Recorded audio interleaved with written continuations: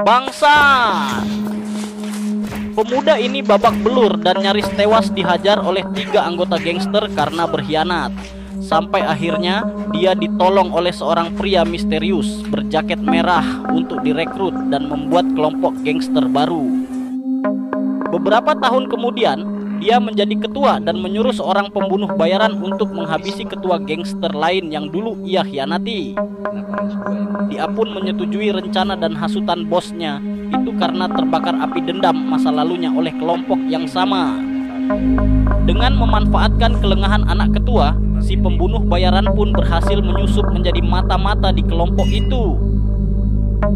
Di tempat lain, seorang intel polisi sengaja ditugaskan untuk berbaur dengan para gangster lain untuk membongkar gembong narkoba internasional.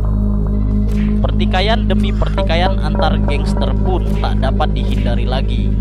Kedua kelompok ini selalu bersaing memperebutkan wilayah bisnis narkobanya, bahkan memperluas jaringan sindikatnya sampai ke luar negeri. Siapa masalah ini?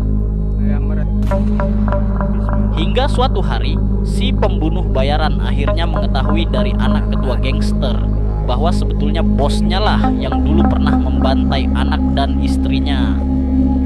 Hal ini diperkuat oleh sebuah tato di punggung bosnya yang mengingatkannya akan kejadian kelam itu. Akhirnya dia memiliki rencana lain dan berambisi untuk menghabisi seluruh anggota gangster. Satu persatu anggota saling menyerang dan terbunuh.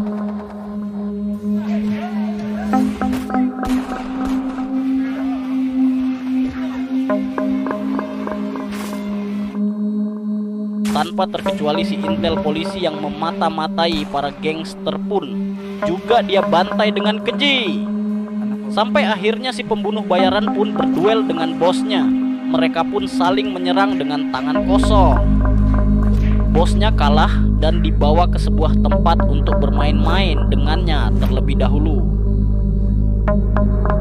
Si bos yang semakin lemah akhirnya mengakui bahwa benar memang dirinya lah yang dulu memperkaos istrinya dan membunuh anak semata wayangnya.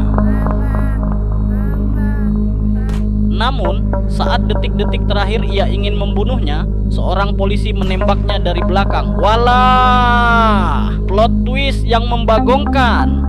Ternyata polisi sudah mengetahui rencana dan ambisi busuknya itu. Akhirnya si bos yang masih terselamatkan itu justru dimanfaatkan dan direkrut untuk menjadi intel baru oleh polisi itu. Dan tiba-tiba